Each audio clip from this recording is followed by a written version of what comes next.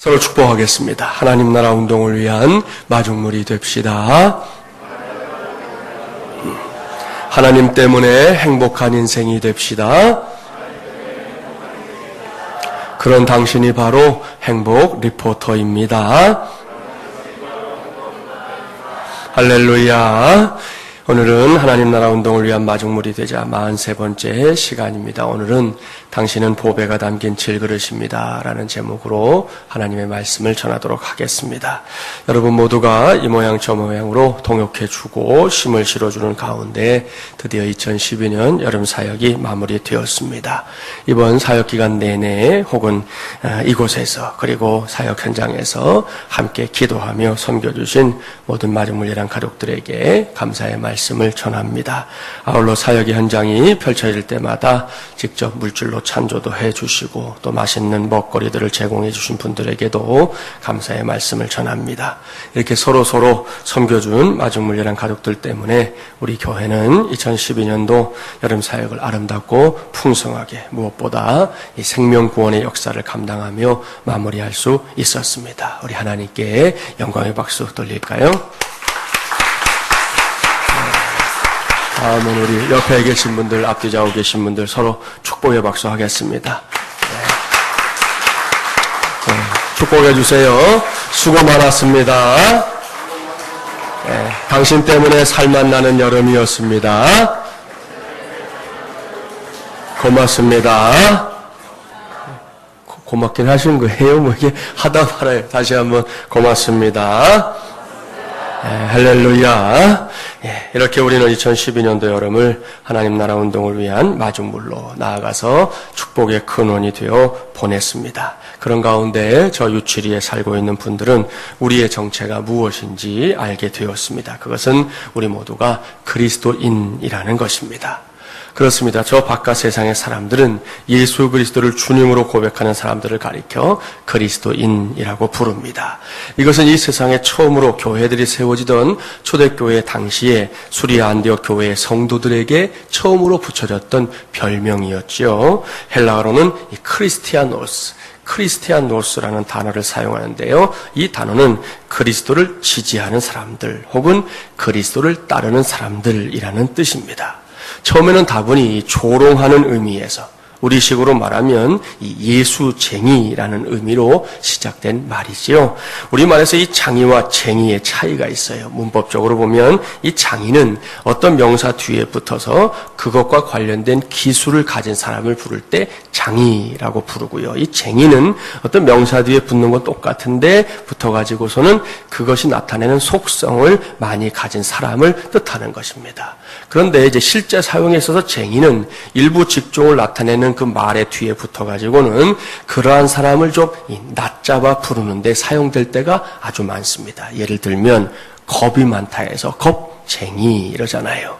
고집쟁이, 무식쟁이, 심술쟁이, 허풍쟁이, 관상쟁이, 요술쟁이, 점쟁이, 침쟁이, 풍각쟁이, 환쟁이 등등 이렇게 사용될 때가 있지요.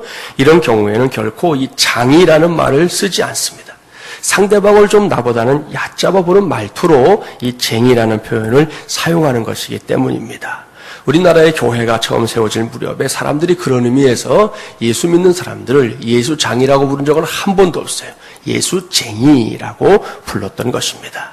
성경에서 그리고 우리나라에서도 그렇게 다분히 조롱하고 우습게 여기는 뜻에서 시작된 이런 별명들이 오늘날에는 매우 큰 의미를 담고 있는 새로운 이름이 되어버렸습니다. 아무튼 그리스도인이라는 단어는 예수님을 자신의 구세주로 고백하는 사람들에게 붙여진 하나의 별명입니다. 그런데 성경을 읽다 보면 이러한 그리스도인들을 가리키는 다양한 표현들이 있다는 것을 알게 됩니다.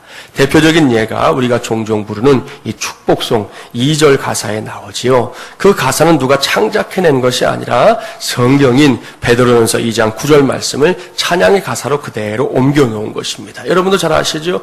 너는 택한 족속이요 왕같은 제사장이며 거룩한 나라 하나님의 소유된 백성 이런 가사 말입니다. 이 찬양의 가사를 보십시오. 그리스도인들을 뭐라고 부르고 있습니까? 먼저는 택하신 족속이라고 부릅니다.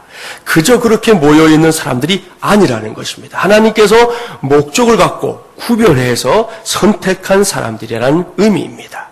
그 다음을 보면 왕같은 제사장이라고, 거룩한 나라라고, 특별히 하나님의 이 소유된 백성이라고 부르고 있습니다. 이 모두는 매우 위대한 특권을 소유한 사람들이라는 의미입니다. 결코 보통 사람들이 아니라는 것입니다.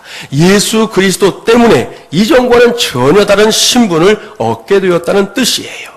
이것이 무엇을 의미하는 것인지 아십니까? 로마의 한 황제가 한 원로 의원의 집에 만찬을 위한 초대를 받게 되었습니다. 그 집의 종들은 조금도 쉴 틈 없이 이제 음식을 장만하고 있었습니다. 그러던 중에 한 늙은 종이 정신없이 일하다가 그만 응접실에 놓여 있었던 값비싼 자기 하나를 깨뜨리고 말았습니다. 이 자기는 그 집안의 가보였어요. 화가 난 주인은 그 종을 끌어내어 연못 속에 집어넣으라고 명령했습니다. 그 연못에는 악어가 살고 있었습니다. 당장 죽게 된 이 종은 얼굴이 새파랗게 질려서 용서를 구했지만 주인의 뜻은 너무나 완강했습니다. 그 가보를 깨뜨리는 사람은 누구든지 악어의 밥이 되게 하는 것이 그 집에서 정해놓은 규례였기 때문입니다. 일련의 상황을 지켜보고 있던 황제가 눈앞에서 벌어진 사태를 안타깝게 여기면서 원로 의원에게 그 종을 용서해달라 부탁했습니다. 그러나 원로 의원은 자기 집의 규율이라 그럴 수 없다는 핑계로 거절했습니다. 그러자 황제는 잠시 생각을 하더니 그 집의 또 다른 가보인 자기를 일부러 깨뜨려 버렸습니다. 그리고는 주인에게 말했어요. 여봐라, 나도 이 집의 가보를 깨뜨렸으니 저 종과 함께 연못 속에 던져서 나를 죽여라. 어떻게 되었을까요? 두말할 게 있겠습니까? 아무리 그 집의 가보를 깨뜨렸다고는 하지만 한 나라의 황제를 죽일 수는 없는 노릇이었습니다. 그 원로 의원은 이 황제의 지혜 때문에 결국 그 종을 용서해 줄 수밖에 없었다고 합니다. 사랑하는 마중물려란 가족 여러분, 이것이 바로 우리가 예수 그리스도로 말미암아 누리게 된 은혜입니다. 반드시 죽을 수밖에 없었던 우리 모두가 예수 그리스도 때문에 새로운 생명을 얻은 것입니다. 이전과는 전혀 다른 신분을 얻게 된 것입니다. 이것이 바로 구원이에요. 그렇기 때문에 예수님께서 아기 예수님의 몸을 입고 이 땅에 오셔서 우리와 같이 되시고 우리를 위하여 대신 죽으신 것은 무조건적인 하나님의 은혜인 것입니다. 이렇게 놀랍고 만극한 은혜를 받은 우리들입니다. 그러니 우리가 어찌 보통 사람들일 수 있겠습니까? 그런 의미에서 여름 사역을 마무리하고 모인 이 시간에 한 번 더 서로 축복하겠습니다. 당신은 결코 보통 사람이 아닙니다. 당신은 위대한 하나님의 사람입니다. 할렐루야! 믿습니까? 예, 여러분의 신분이 그것이라는 거예요. 이외에도 우리는 성경 전체를 통해 이미 그리스도인이라고 불리는 우리에게 많은 별명들이 붙여져 있다는 것을 확인할 수 있습니다. 그 중에 하나가 오늘 우리에게 주신 말씀이에요. 본문 말씀인 고린도 후서는 사도 바울이 고린도 교회에 보낸 편지 가운데 하나지요. 그런데 바울은 이 말씀을 통해 또 하나의 귀한 별명을 우리에게 붙여주고 있습니다. 본문 7절 말씀 함께 봉독해 볼까요? 7절입니다. 우리가 이 보배를 질그릇에 가졌으니 이는 심히 큰 능력은 하나님께 있고 우리에게 있지 아니함을 알게 하려 함이라. 아멘. 할렐루야. 사랑하는 여러분, 이미 예수 그리스도를 나의 주, 나의 하나님으로 믿고 섬기는 그리스도인이 된 저와 여러분에게 붙여지고 있는 또 하나의 별명이 무엇입니까? 방금 봉독한 7절 말씀을 한마디로 요약하면 주보에 기록되어 있는 오늘의 말씀 제목이 됩니다. 그것이 무엇입니까? 당신은 보배가 담긴 질그릇입니다. 바로 이것이에요. 이것이 바로 저와 여러분에게 붙여진 또 하나의 별명입니다. 여기서 먼저 질그릇에 대해 생각해 볼까요? 질그릇이 무엇입니까? 질그릇은 다름 아닌 이 진흙을 빚어서 만든 그릇이지요. 요즘은 이런 그릇들 매우 보기 드문 그릇이 되어버렸습니다. 하지만 제가 어렸을 때만 해도 동네 시장에 가면 한쪽에 이 질그릇들만을 모아놓고 파는 그런 아저씨가 꼭 있었습니다. 그러면 동네 아주머니들이 그 가게에 와서 각자 필요한 용도대로 질그릇들을 사가곤 했습니다. 질그릇에는 몇 가지 특징이 있지요. 우선은 외관상 매우 투박하게 생긴 그릇이라는 특징이 있습니다. 이 그릇은 도자기처럼 아름다운 빛을 내지 못합니다.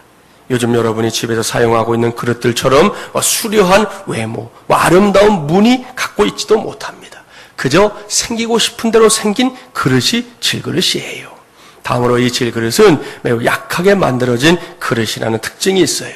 종종 방송을 통해 광고가 되고 있는, 또 우리 여성들이 좋아하시는 코렐 같은 그릇과는 비교도 할 수 없는 아주 나약한 그릇입니다. 그러다 보니 코렐은 집어 던져도 깨지지 않지만 질그릇은 조금만 부주의하면 깨어져 버리고 맙니다. 이것이 질그릇이죠. 그런데 하나님의 말씀인 성경을 보십시오. 성경은 이런 질그릇을 종종 사람을 비유하는 대상으로 사용하고 있습니다. 두 곳만 찾아볼까요? 먼저 구약 욥기 10장 9절을 보겠습니다. 구약 770쪽. 욥기 10장 9절. 한번 찾아보세요. 욥기 10장 9절, 구약 770쪽.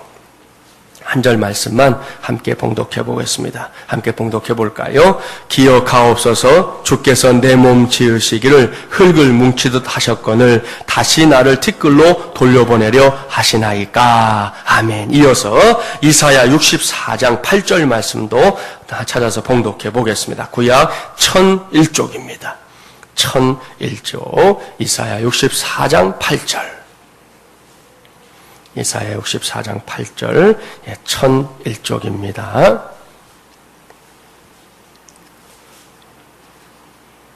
함께 봉독해 보겠습니다. 이사야 64장 8절 함께 봉독해 볼까요? 그러나 여호와여, 이제 주는 우리 아버지시니이다. 우리는 진흙이요 주는 토기장이시니 우리는 다 주의 손으로 지으신 것이니이다. 아멘. 이 두 말씀 모두가 저와 여러분을 비롯한 이 땅의 모든 인생들을 질그릇에 비유하고 있습니다. 이 비유를 조금만 곰곰이 생각해 보면 매우 타당한 비유라는 결론을 내리게 됩니다. 한번 생각해 보세요. 사람이라는 존재가 대단하다고 생각하십니까? 물론 만물의 영장인 사람은 분명히 대단한 면을 갖고 있어요. 사람들이 이루어 놓은 문명이라는 것을 생각해 보십시오. 최근까지 비약적인 발전을 이루고 있는 과학기술들을 생각해 보십시오. 정말이지 대단한 일입니다. 사람들이 세운 엄청난 위협입니다. 하지만 동시에 사람이 얼마나 나약한 존재인지 모릅니다. 흔히 말하는 작심삼일이라는 말도 바로 인간의 나약함을 나타내는 말이 아니겠습니까? 매년 새해가 될 때마다 우리는 나름대로 이런저런 각오를 새롭게 다집니다. 그러나 그 각오를 길게도 말고 그저 몇 달만이라도 꾸준히 잘 지킨다고 하는 것, 그것이 결코 쉬운 일이 아니라는 것 우리 모두가 이미 알고 있습니다. 작심삼일이라는 말에 걸맞게 3일도 못 가서 그 각오가 무너져 내렸던 경험들 우리는 많이 갖고 있습니다. 이렇게 나약하게 짝이 없는 질그릇이요 또한 사람이라는 말씀입니다. 그것이 우리의 자신, 우리 모습이에요. 어디 그뿐입니까? 그 그릇의 강도에 있어서도 마찬가지입니다. 질그릇이 조금만 잘못해도 깨어지기 쉬운 것처럼 우리는 감기 하나만으로도 꼼짝 못할 때가 있습니다. 우리 중에 단 한 사람도 코렐처럼 그 어떤 것에 의해서도 깨어지지 않을 수 있는 그런 정도의 강도를 지닌 인생이 없습니다. 우리 모두는 생태적으로 깨어지기 쉽고 생태적으로 금이 가기 쉬운 존재들이라는 말씀입니다. 여기까지가 성경이 말씀하고 있는 인생의 모습이에요. 그리고 만일 여기서 우리의 인생이 끝나버린다면 우리의 인생이 얼마나 허망한 인생이겠습니까? 그런데 성경을 잘 보세요. 특별히 오늘 주신 말씀을 자세하게 살펴보십시오. 그렇게 하찮은 질그릇이, 그렇게 깨어지기 쉬운 질그릇이, 그렇게 보잘것없는 질그릇이 진정으로 아름답게 빛나는 그릇으로 쓰임받을 수 있는 길이 있다고 아주 명백하게 말씀하고 있습니다. 그것은 그 그릇 속에 무엇이 담겨 있느냐라는 질문에 대한 답변 여하에 달려 있습니다. 무슨 말씀인지 아시죠? 이미 보잘것없는 질그릇인데 그 속에 쓰레기들이 담겨 있다면 그 그릇은 정말로 쓸모없는 그릇, 정말로 별 볼 일 없는 그릇에 불과할 것입니다. 그런데 똑같은 질그릇이지만 단 하나도 다른 것이 없는 아주 똑같은 질그릇이지만 바로 그 그릇 속에 많은 사람들이 부러워할 만한 보배가 담겨 있다면 그때에는 모든 상황이 달라진다는 것입니다. 그 그릇은 더 이상 보잘것없는 그릇이 아닙니다. 하찮은 그릇이 아닙니다. 이제는 그 누구도 그 그릇을 향해 너는 가치 없어 라고 말할 수 없게 됩니다. 도리어 모두가 부러워하는 아름다운 그릇으로 인정받게 되는 것입니다. 쓰임받게 되는 것입니다. 사랑하는 마중물이란 가족 여러분, 이것이 성경이 말씀하는 그리스도인 저와 여러분의 정체성입니다. 특별히 2012년도 여름 사역을 은혜 가운데 마치고 이렇게 하나님을 예배하고 있는 우리 모두가 스스로 확인해야 할 나의 정체성입니다. 우리의 정체성입니다. 이러한 자신의 정체성을 확실하게 아는 일, 우리 모두에게 얼마나 중요한 일인지 아십니까? 어떤 청년이 어느 순간부터인가 자신을 새끼 고양이라고 생각하게 되었어요.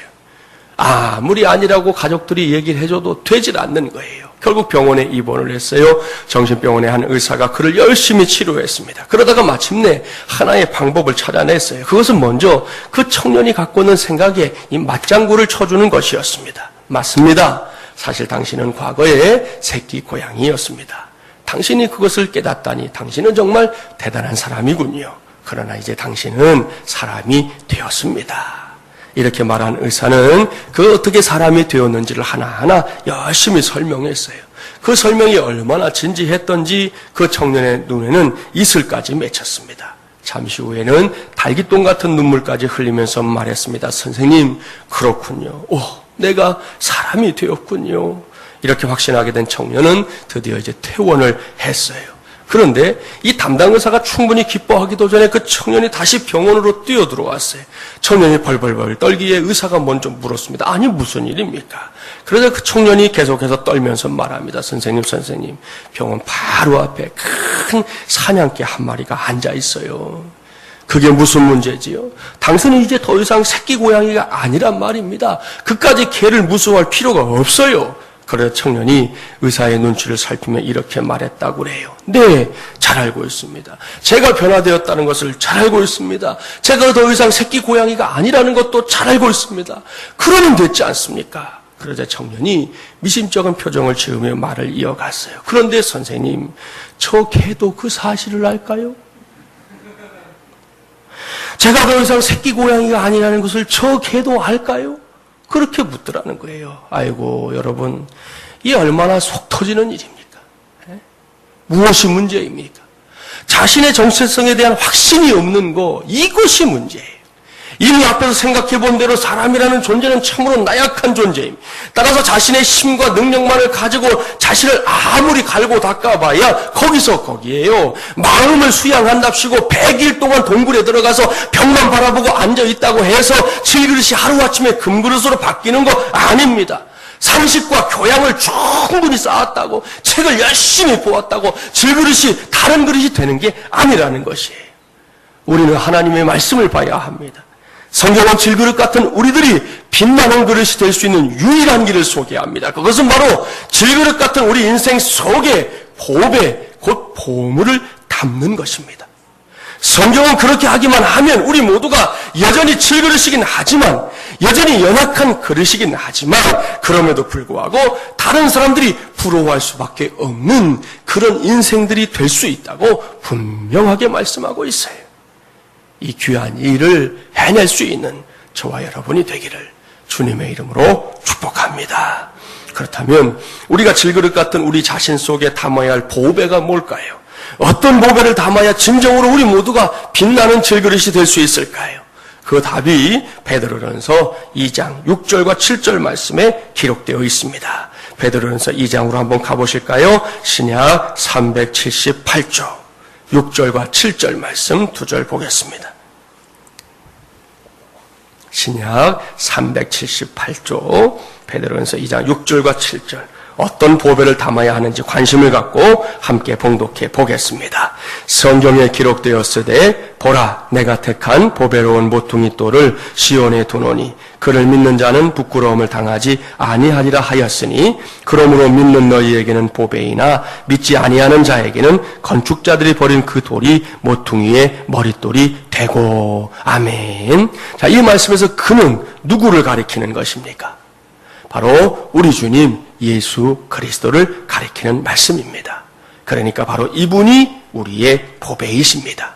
질그릇처럼 한없이 나약한 우리가 우리의 마음 속에, 그것도 우리 마음 중심에 보배로 꼭 모셔야 할 분은 바로 우리 주님 예수 그리스도시요, 또한 주님께서 전하신 좋은 소식, 곧 복음인 것입니다. 이것을 전제하고 이 시간 저와 여러분 모두가 스스로에게 질문을 던져보기 바랍니다. 지금 우리의 마음속에 보배이신 예수님께서 진정 보배로운 분으로 모셔져 있습니까? 정말로 우리 모두가 예수님을 그 무엇보다 더 사랑하기 위해서 오늘도 애쓰고 있냐는 것입니다. 그렇다면 우리 모두는 보배가 담긴 질그릇들입니다. 이 질문에 진정으로 우리 모두가 네 하고 대답할 수 있다면 우리는 이미 하나님의 나라를 소유한 사람들이 된 것이라는 말씀이에요. 이것을 염두에 두고 본문 7절 이하의 말씀을 보면 이렇게 아름다운 보배가 달긴 질그릇들에게 부어주시는 하나님의 은혜와 이 질그릇들이 감당해야 할 이후의 사명에 대해서 말씀하고 있는 것을 볼 수 있습니다. 본문으로 돌아가서 먼저 본문 8절과 9절 말씀을 함께 봉독해 보겠습니다. 8절, 9절 함께 봉독하면요. 이 말씀을 보면 보배가 담긴 질그릇들에게 부어주시는 하나님의 특별한 은혜가 무엇인지 알 수 있습니다. 8절, 9절 함께 봉독합니다. 우리가 사방으로 우겨쌈을 당하여도 쌓이지 아니하며 답답한 일을 당하여도 낙심하지 아니하며 박해를 받아도 버림받지 아니하며 거꾸로 뜸을 당하여도 망하지 아니하고. 아멘. 사랑하는 여러분, 이 말씀이 바로 예수 그리스도를 최고의 보배로 마음에 모시고 살아가는 그리스도인들에게 부어주시는 하나님의 은혜입니다. 우리는 이 말씀을 잘 읽어야 합니다. 바르게 읽어야 합니다. 이 말씀은 저와 여러분이 예수님을 우리 인생의 한복판에 보배로 모시고 살게 되면 그때부터는 그 어떤 어려움이나 곤경에 결코 빠지지 않는다. 그런 말씀이 아니에요. 이 말씀을 잘 이해해야 합니다. 우리는 사람입니다. 예수님을 믿기 전에도 사람이었습니다.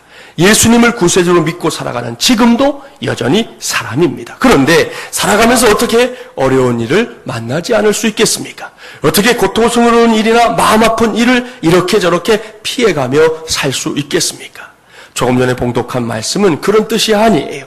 예수님을 구세주로 믿고 있지만 여전히 우리는 힘든 일을 만날 수 있습니다. 우리에게 고통스러운 일이 닥칠 때도 있습니다. 여기까지는 여느 사람들과 다를 것이 하나도 없습니다. 말씀에 있는 대로 사방으로 우겨쌈을 당합니다. 답답한 일 당합니다.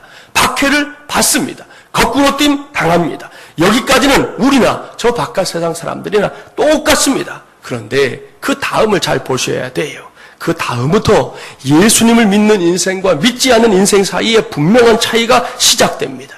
보배이신 예수 그리스도를 모시고 살아가는 질그릇들은 사방으로 우겨쌈을 당하지만 결코 쌓이지 않는다 말씀합니다. 어디 그뿐입니까? 답답한 일 당했지만 낙심하지 않습니다. 박해를 받지만 버림받지 않습니다. 거꾸로 뜨림을 당하여도 결코 망하는 법이 없습니다. 포기하지 않습니다. 좌절하거나 비굴해지지도 않습니다. 왜 그렇습니까? 그 이유가 분명합니다. 우리 속에 이미 보배로서 자리 잡고 계시는 우리 주님 예수 그리스도께서 그 모든 어려움들을 이겨나갈 수 있는 힘과 능력을 친히 우리 모두에게 공급해 주시기 때문입니다. 우리가 당한 고통의 순간들을 헤쳐나갈 수 있는 지혜 역시 우리에게 주시기 때문이에요. 그러니 우리가 어떻게 쓰러질 수 있겠습니까? 어떻게 낙심하거나 포기할 수 있겠습니까? 이것이 바로 보배가 담긴 질그릇들에게 부어주시는 하나님의 놀라우신 은혜라고 사도 바울은 분명하게 선포하고 있습니다. 이미 말씀드린 대로 성경은 하나님을 토기장이로 묘사합니다. 토기장이가 흙으로 어떤 토기를 구상하든지 그것은 절대적으로 토기장이의 마음에 달려 있습니다.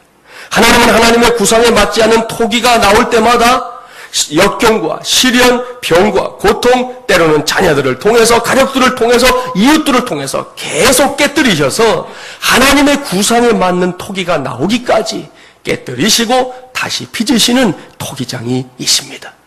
그럼에도 불구하고 우리에게 소망이 있는 것은 사도 바울이 이미 우리에게 증거하고 있는 것처럼 하나님을 쓰려고 작정하신 사람은 하나님이 영원히 버리지 않으신다는 사실입니다. 미국 테네시 주의 한 작은 마을에 벤 후퍼라는 아이가 태어났습니다. 그는 체구가 몹시 작고요. 또 특별히 아버지가 누군지도 모르는 사생아였습니다. 마을의 어른들은 자기의 자녀들이 아버지가 누군지도 모르는 이 벤과 함께 노는 것을 원치 않았어요.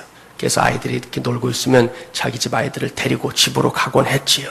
친구들도 그러다 보니 그를 놀리며 멸시했습니다. 벤 후퍼가 12살이 되었을 때 마을에 있는 교회에 한 젊은 목사님이 부임해 왔어요. 벤은 그때까지 교회에 가본 적이 한 번도 없었지만 그 젊은 목사님이 가시는 데마다 이렇게 분위기가 밝아지고 또 사람들이 격려를 받는다 하는 소문을 듣고는 교회에 가보고 싶은 마음에 교회를 찾아갔어요. 예배 시간에 좀 늦게 예배당에 들어가서 저 맨 뒷자리에 앉아 있다가 이제 목사님이 예배 마치면서 축도하는 시간이 되면 그때 아무도 모르게 살짝 빠져나오곤 했습니다. 그렇게 몇 주가 지난 어느 주일이었어요. 벤은 목사님의 설교에 그날 특별히 큰 감명을 받았어요. 잠시 감동에 젖어 있는 사이에 그만 예배가 끝나고 사람들이 밖으로 나가고 있었습니다. 그전 같으면 벌써 도망갔어야 될 시간에 아직 예배당에 남아있게 되다 보니까 이제 본인도 굉장히 낯설게 됐지요. 벤도 사람들 틈에 끼어 나오면서 빨리 빠져나가야지, 목사님을 피해 가야지 했는데 어쩔 수 없이 이제 목사님하고 이렇게 맞닥뜨리게 됐고 악수를 하게 되었어요. 목사님은 이 벤을 보고는 대뜸 다른 것도 묻지 않고 네가 누구 아들이더라? 이렇게 말을 시작했어요. 갑자기 주변이 조용해졌어요. 왠지 아시죠? 그 교회 성도들 모두가 이 벤 후퍼가 아버지가 누군지도 모르는 사생아라는 사실을 다 알고 있었기 때문이에요. 그런데 이 외지에서 오신 목사님이 그 사정을 아는지 모르는지 첫마디로 물은 게 너 누구 아들이더라? 이렇게 물었으니 모두가 다 당황한 것이지요. 그때 목사님은 여전히 환한 얼굴로 벤에게 말했습니다. 옳거니 그래, 네가 누구 아들인지 이제 알겠구나. 너는 네 아버지를 닮았기 때문에 나는 금방 알 수 있어. 목사님의 말 한마디 한마디에 얼굴이 시뻘겋게 달아오른 벤을 보면서도 목사님은 계속해서 말을 이어나갔습니다. 너는 하나님의 아들이야. 네 모습을 보면 알 수 있거든. 이 말을 듣고는 당황해하며 빠져나가는 벤의 등을 향해서 목사님이 큰 소리로 다시 말했어요. 하나님의 아들답게 훌륭한 사람 되어야 한다. 그렇게 외쳐주었습니다. 그 일이 있은 후에 한참 세월이 흘렀어요. 테네시주의 한 마을에서 이 사생아로 태어났던 벤 후퍼는 그 주의 주지사가 되었습니다. 그때 주지사 벤 후퍼가 이렇게 말했습니다. 그때 그 목사님을 만나서 내가 하나님의 아들이라는 말을 듣던 그날이 바로 테네시주의 주지사가 태어난 날입니다. 그렇게 인터뷰를 했습니다. 할렐루야. 사랑하는 마중물이랑 가족 여러분, 결코 잊지 마십시오. 하나님은 깨어진 토기를 가지고 새로운 구상을 하시는 분이에요. 깨뜨리시는 것이 목적이 아니에요. 깨뜨린 다음에는 다시 빚어가는 것이 그분의 목적이에요. 앞으로 우리가 살아갈 인생길에 그 어떤 일들이 일어난다 할지라도 하나님께서는 그 모든 것들이 우리를 우겨싸지 못하게 하십니다. 넘어뜨리지 못하게 하십니다. 버림받지 않게 하십니다. 망하지 않게 하십니다. 결국 승리하는 자리에 세워주실 줄 믿습니다. 왜요? 우리 모두가 그저 그렇게 막 생긴 질그릇들로 끝날 인생들이 아니라 예수 그리스도를 일생의 보배로 담고 살아가게 될 귀한 질그릇들이기 때문이에요. 그렇게 선택하셨기 때문입니다. 그 어느 해보다도 무더웠던 2012년 여름 사역을 마무리하는 이 시간을 통해 이렇게 놀랍고 귀한 은혜를 꼭 누리며 살게 되는 저와 여러분이 되시기를 주님의 이름으로 축복합니다. 서로 축복해 주실까요? 하나님은 토기장이십니다. 하나님께서 당신을 멋지게 빚어주십니다. 할렐루야. 꼭 믿게 되시기를 바랍니다. 다음으로 우리가 살펴야 할 말씀은 법에가 담긴 질그릇들이 힘써야 할 사명에 관한 말씀이에요. 자, 본문 10절, 11절 함께 봉독해 볼까요? 10절, 11절입니다. 우리가 항상 예수의 죽음을 몸에 짊어짐은 예수의 생명이 또한 우리 몸에 나타나게 하려 함이라. 우리 살아있는 자가 항상 예수를 위하여 죽음에 넘겨짐은 예수의 생명이 또한 우리 죽을 육체에 나타나게 하려 함이라. 아멘. 이 말씀에서 두 번이나 반복해서 사용되고 있는 동사가 있지요. 그것이 무엇입니까? 그것은 나타나게 하려 함이라. 나타나게 하려 함이라는 말씀이에요. 그렇습니다. 예수님을 보배로 모시고 살아가는 그리스도인들이 힘써야 할 일은 다른 것이 아니라 나타내는 것입니다. 그렇다면 무엇을 나타내야 하는 것입니까? 본문 말씀은 분명하게 말씀하지요. 이미 내 인생에, 우리의 인생에 최고의 보배가 되어주신 예수 그리스도를 나타내는 삶을 살아야 한다고 말씀하고 있습니다. 이것이 보배가 담긴 질그릇들이 그 삶 속에서 심어야 할 사명입니다. 그렇습니다. 저와 여러분은 항상 우리의 삶을 통해 예수님을 나타내야 합니다. 이미 예수님을 알고 있는 사람들에게는 물론이고요, 아직도 예수 그리스도가 누구이신지 어떤 일을 하셨는지에 대해 전혀 모른 채 살아가고 있는 이 땅의 수많은 불신자들에게 예수님을 나타내는 그리스도인들이 되어야 한다는 말씀입니다. 우리는 말 한마디, 행동 하나로도 얼마든지 예수님을 증거할 수 있습니다. 가까이 있는 우리의 가족들에게, 조금 더 넓히면 내가 알고 지내는 모든 사람들에게, 우리 교회가 세워져 있는 이 지역 사회 속에, 그리고 이 민족과 열방 가운데서 그 일을 감당할 수 있는 것입니다. 이번 국내 아울리치도 그러한 목적을 위해 우리 교회가 감당해낸 사역이었습니다. 올 연말에도 작년과 마찬가지로 우리 교회 인근 지역에 있는 독거노인분들이나 소년소녀 가장들을 돕는 그런 사역을 감당할 계획을 갖고 있습니다. 겨울에는 해외 아울리치를 통해서 저 이국 땅에 살고 있는 하나님을 알지 못하고 살아가는 그들에게도 예수 그리스도를 전하려고 합니다. 바로 이런 일들이 보물이 담긴 질그릇들에게 주어진 사명이라는 것이에요. 우리가 이런 일들을 지금보다 더욱 힘쓰면 어떤 결과가 나타나는지 아십니까? 본문 15절이 그 결론이에요. 15절 함께 봉독해 볼까요? 이는 모든 것이 너희를 위함이니 많은 사람의 감사로 말미암아 은혜가 더하여 넘쳐서 하나님께 영광을 돌리게 하려 함이라. 아멘. 무슨 말씀입니까? 보배가 담긴 질그릇들이 우리들이 일투족을 통해 많은 사람들이 하나님께 영광을 돌리게 하는 역사를 감당할 수 있다는 것이에요. 우리의 말 한마디, 우리의 행실 하나가 말입니다. 이것이 우리가 저 세상을 향해 예수님의 생명의 역사를 나타내면 나타낼수록 얻게 되는 놀랍고 위대한 결과입니다. 이쯤에서 다른 예화를 소개할 수도 있겠지만 우리 교회는 그럴 필요가 없어요. 이번 여름 사역이 바로 예수 그리스도의 생명의 역사를 드러냈던, 나타냈던 사역이었기 때문입니다.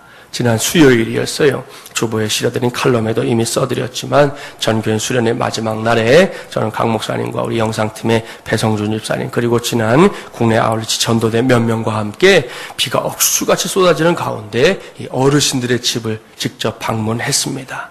이번에도 비와 관련해서 참으로 감사한 일이 많았습니다. 아시는 대로 지난 화요일과 수요일에 서울에 비가 엄청 많이 왔어요.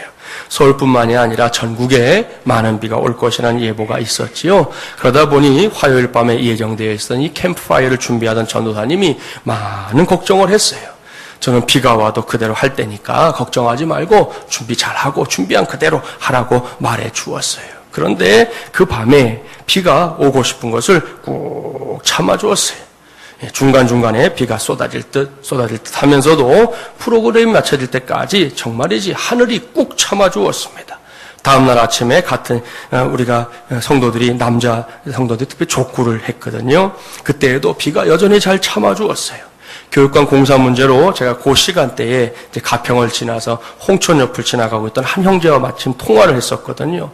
통화하는데 저보고 목사님 거긴 비가 안 오나요? 그래서 우리는 비가 안 와서 지금 족구하고 있는데, 그랬더니 자기는 거기가 지금 비가 억수같이 쏟아지고 있어서 앞이 다 보이지 않는다고 그렇게 얘기했어요. 여러분, 하여튼 그 옆엔 비 오는데 유치리는 비가 안 와서 우리 족구 시합 잘했고요. 남자분들이 아주 불튀는 눈에 불을 켜가면서 시합을 해가지고 열띤 경기를 했었던 그런 시간이 있었습니다. 그러더니 점심시간쯤이 되었을 때 이제 비로소 그동안 참아줬던 비가 쏟아지기 시작했습니다. 그런 와중에 제일 먼저 지난 주일에 소개해드렸던 그 할머니 찾아갔어요. 얼마나 반가워하시던지요. 눈이 휘둥그레지시면서 아니 어떻게 왔냐 이거죠. 방에 들어가 보니 거동이 어려운 할머니가 이렇게 침대에 걸터 앉아 있었습니다. 지난 주간 마을잔치 이야기를 하면서 할머니 나 그날 처음으로 밖에 나갔어. 너무 좋았어. 라고 하셨어요. 그러더니 이제는 하나님의 사랑도 잘 아신다고, 나중에 천국에도 갈 거라고 그렇게 말씀하시더라고요. 그렇게 믿는다는 거예요. 대화를 마치고는 할머니를 붙잡고 기도하는데 저는 물론이고 할머니도 또 동행했던 사람들 모두가 눈물을 흘렸습니다. 기도를 마치고 났는데 할머니가 아멘 하시잖아요. 그래서 제가 깜짝 놀래가지고 할머니 이제 아멘도 잘하시네요. 그랬더니 바로 대답하시더라고요. 지난번에 배웠잖아. 그러시더라고요. 그 자리에 있었던 모든 사람들이 가슴이 뭉클해지는 순간이었습니다. 그런 다음에 몇몇 집을 더 다녀왔는데요. 그 중에는 예전에 얼마간 이 교회를 다니다가 손주가 교회 행사에 갔다가 그만 죽을 뻔했던 그런 집이 있었어요. 그 일 이후에 이 할머니가 아예 교회 출석을 끊고 있었다고 했습니다. 그런데 이번에 우리 팀을 만나서 그 마음에 변화가 생겼다는 거예요. 우리가 떠나온 뒤에 그동안 며칠 동안 자주 우리 이야기를 하셨다는데 비가 쏟아지는 중에 갑자기 그때도 이제 마침 사위가 아들이 이렇게 와가지고 가족들이 둘러앉아 있었다고 하더라고요. 갑자기 우리가 나타나니까 이 어른이 깜짝 놀랐어요. 그 아이들에게 우리 팀 얘기를 마침 하고 있었다는 거예요. 놀란 가슴을 진정시키고 나서 아니 이 비가 오는데 어떻게 왔냐고 반겨주신 할머니가 자신의 이야기를 먼저 길게 하시고요. 그러더니 마침 집에 찾아온 사위에게 어서 감자 한 박스 실어드리라고. 저는 그 감자가 그분들이 직접 캔 건 줄 알았더니 얘기를 들어보니까 자식들 오면 주려고 사다 놓으셨던 거라네요. 사다 놓으신 감자 한 박스를 사위를 시켜서 비를 쫄딱 맞고 저희 차까지 실어다 주셔가지고 지금 이 교회에 와 있는데 어제 제가 물어보니까 점심때 반찬으로 나온대요. 그러니까 일부 오신 분들도 점심 드시고 가세요. 강원도 감자로 만든 요리가 나올 것 같아요.